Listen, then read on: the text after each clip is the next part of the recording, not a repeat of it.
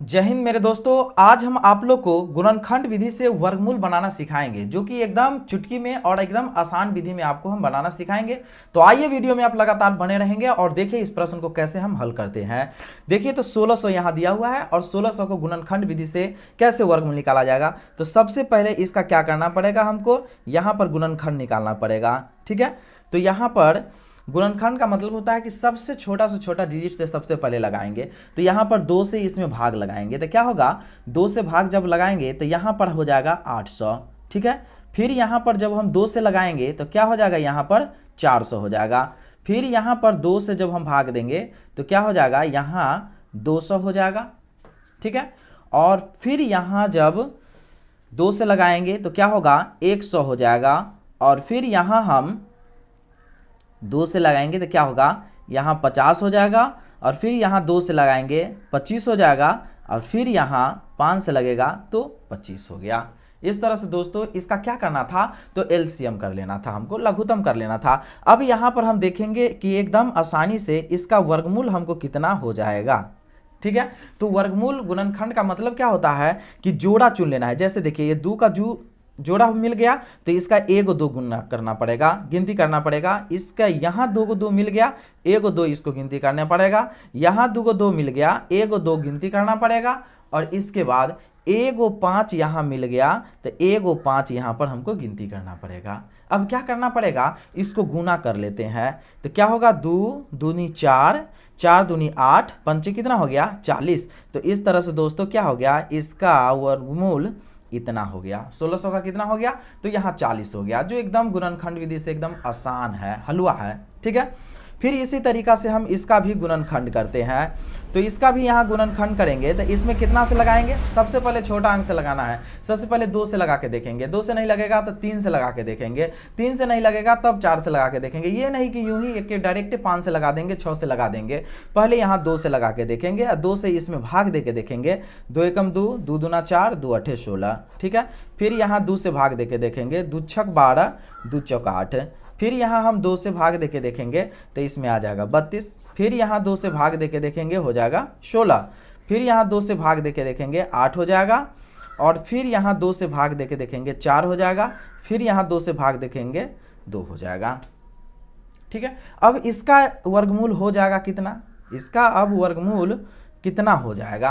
तो यहाँ हम देखेंगे कि इसका वर्गमूल क्या होगा। यहाँ 2 को 2 मिल गया तो फिर इसको 1 2 लिखना पड़ता है। ठीक है, यहाँ 2 2 मिल गया तो 1 2 लिखेंगे। और यहाँ भी 2 2 मिल गया, 1 2 लिखेंगे। और यहाँ भी मिल गया तो 1 2 लिखेंगे। ठीक है, इस तरह से लिखने के बाद क्या करना है, ये सबको गुना कर लेंगे। क्या होगा, 2 दूनी 4, दूनी 8, 8 दूनी क्या होगा 16। तो इस तरह से इसका वर्गमूल क्या हो गया, तो 16 हो गया। ठीक है, एकदम आसानी है। आइए फिर अगला प्रश्न देखते हैं।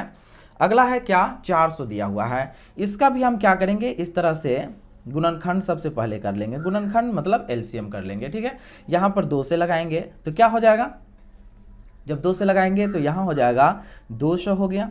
फिर यहाँ क्या करेंगे, 2 से लगाएंगे तो यहाँ पर 100 हो जाएगा। फिर यहाँ 2 से लगाएंगे तो यहाँ 50 हो जाएगा। फिर यहाँ 2 से लगाएंगे 25 हो जाएगा। फिर यहाँ लगाएंगे 5 से तो 25 हो गया, इस तरह से। ठीक है, अब क्या करना पड़ेगा यहाँ हमको, फिर यहाँ देखेंगे जो जोड़ा मिल रहा है उसको 1 लिख लेना है। यहाँ भी 2 जोड़ा मिल गया, इसको 1 लिखेंगे। यहाँ भी 2 को 5 मिल गया, 1 5 यहाँ लिख लेंगे।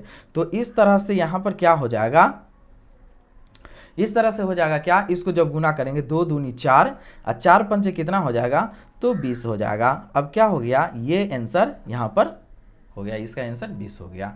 ठीक है, अब इसका भी फिर हम क्या करेंगे, एलसीएम करेंगे। फिर इसका भी एलसीएम करेंगे। अब देखिए यहाँ पर हम 3 से पहले लगा के देखते हैं तो क्या होगा, 3 से तो 3 सते 21, 1 से बच गया यहाँ और 5 उतारेंगे तो क्या होगा, 3 5 15 हो गया। फिर यहाँ पर हम 3 लिखेंगे तो 3 दूनी 6, 3 5 15 हो गया। और फिर यहाँ 5 तो 5 25 हो गया। ठीक है, इस तरह से हो गया। अब इसका हम क्या करेंगे, यहाँ पर इसका फिर यहाँ जोड़ा देख लेंगे तो 3 2 को मिल गया तो 1 3 लिखना पड़ेगा। और 2 को 5 मिल गया तो 1 5 लिखना पड़ेगा। तो क्या हो जाएगा, 3 5 15 हो गया। इस तरह से क्या हो गया, 3 5 15। इस तरह से इसका क्या हो गया, तो एलसीएम हो गया, सॉरी वर्गमूल हो गया। ठीक है। अब यहाँ फिर हम देखेंगे 100 दिया हुआ है। इसी तरह से इसका भी गुणनखंड हम करेंगे, पहले 2 से करना पड़ेगा, तो 2 से गुणनखंड करेंगे, यहाँ भाग लगाएंगे 50 हो जाएगा, फिर यहाँ 2 से लगाएंगे 25 हो जाएगा, और फिर यहाँ जब 5 से लगाएंगे क्या होगा, 25 हो गया।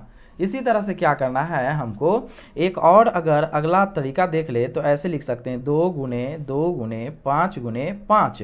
अब क्या करेंगे, यहाँ 2 को 2 मिल गया तो 2 का स्क्वायर गुने क्या करना पड़ेगा, 5 का स्क्वायर। अब क्या करना पड़ेगा, 2 को 2 मिल गया तो 1 को 2 लिखेंगे और 1 को 5 लिखेंगे, क्या होगा, 2 पंचे 10 हो गया। तो इस तरह से हम बना लेंगे। या नहीं तो दोस्तों अब जब इसको हम वर्गमूल जब बनाएंगे तो कैसे बनाना पड़ता है कि इसमें क्या करना पड़ता है, तो इसमें हम वैसा ही डिजिट से गुना करेंगे जो 25 आ जाएगा, तो सेम डिजिट से होना चाहिए गुना। जैसे अगर 2 से गुना करेंगे तो ऊपर नीचे 2 से ही गुना होना चाहिए, ये नहीं 2 और 3 से अगर ऊपर नीचे गुना कर लेंगे तो ये गलत हो जाएगा। इस तरह से 25 लाने के लिए कितना कितना से गुना करना पड़ेगा, तो हम 5 और 5 को गुना करेंगे तो 5 25, तो यहाँ हम 25 लिख देंगे और 5 मरते में, तो इस तरह से क्या हो गया, ये कट गया और इसको जोड़ लेना रहता है। तो इस तरह से भी आप वर्गमूल बना सकते हैं। लेकिन दोस्तों गुणनखंड विधि से आप यदि वर्गमूल बनाना चाहते हैं तो सबसे आसान तरीका यही है, जो कि एकदम आप आसानी से और चुटकी में बना सकते हैं।